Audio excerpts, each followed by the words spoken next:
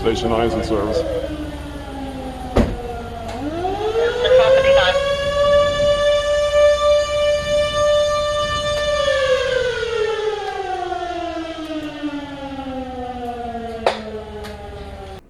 Hello guys and girls, before we get into today's video, I want to remind you guys of my Christmas gift card giveaway that I'm doing to end the 2022 season, and here's how you can enter into this giveaway. Number 1, subscribe to me on YouTube. Number 2, follow me on Twitch. And number 3, join my Discord server.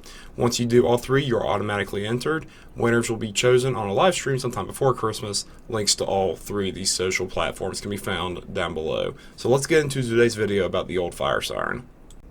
So as you can probably guess by the title of today's video, we're going to be talking about the old fire siren that is still in service on top of our fire station. So in 1939, the Elizabeth Volunteer Fire Department was formed.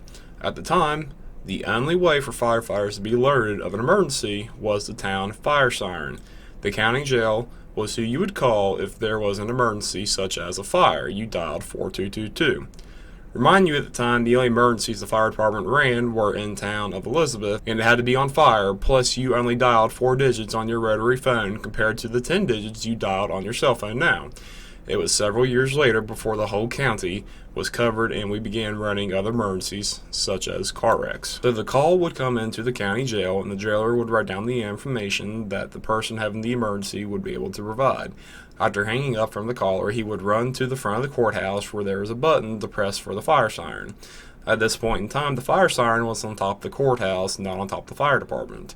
So the cool thing is, if you actually go to the courthouse today, outside the entrance of the courthouse, the old fire alarm pull box is still there.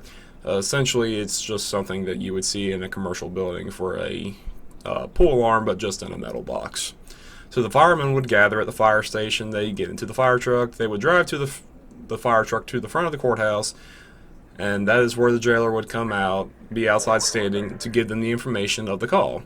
So there was no radios at that point in time, so it was a word-by-word mouth of what the best options to take the call would be. After the new fire station was built in the 60s, a new fire siren was placed upon the fire station, which still sits there today. The jail would call the fire station after engaging the fire siren, and when the first fireman would arrive at the fire station, he would write down the information on a chalkboard at the fire station. At this time, we still had no radio systems, so phone calls would be placed to the members who lived outside the town of Elizabeth by wives of firemen who lived in Elizabeth to inform them that the fire siren was going off and that there was indeed an emergency. So the jailer would always call the fire station first before setting off this fire siren, because several local people were very curious and would call the fire station to find out where the emergency was and tie up the phone lines. It wasn't until several years later that the department purchased pagers so we could be alerted of an emergency. So today the Elizabeth Dashboard Volunteer Fire Department has radios and cell phones that also alert us in case of an emergency. The siren still rings every time we are alerted of an emergency. It's not so much because it's an alerting device to the fire department, but more for the community to say, hey, watch out, firefighters will be coming into town and fire trucks might be leaving town. So we still use our main communication device, which is our two-way radios. We use Active 911 on all of our cell phones, and the fire siren is the other alternative way of our communication device. So I would also like to make a note at the beginning of the video where it showed me turning off the fire siren. You can also activate the fire siren by hitting the red switch that's above the black switch. The black switch just turns it off. So I want to thank you guys for watching. This has been a popular video by demand, I've noticed in the comments recently. I want to also remind you guys that I'm doing a live stream this evening at 8 p.m. Eastern on December 4th, 2022.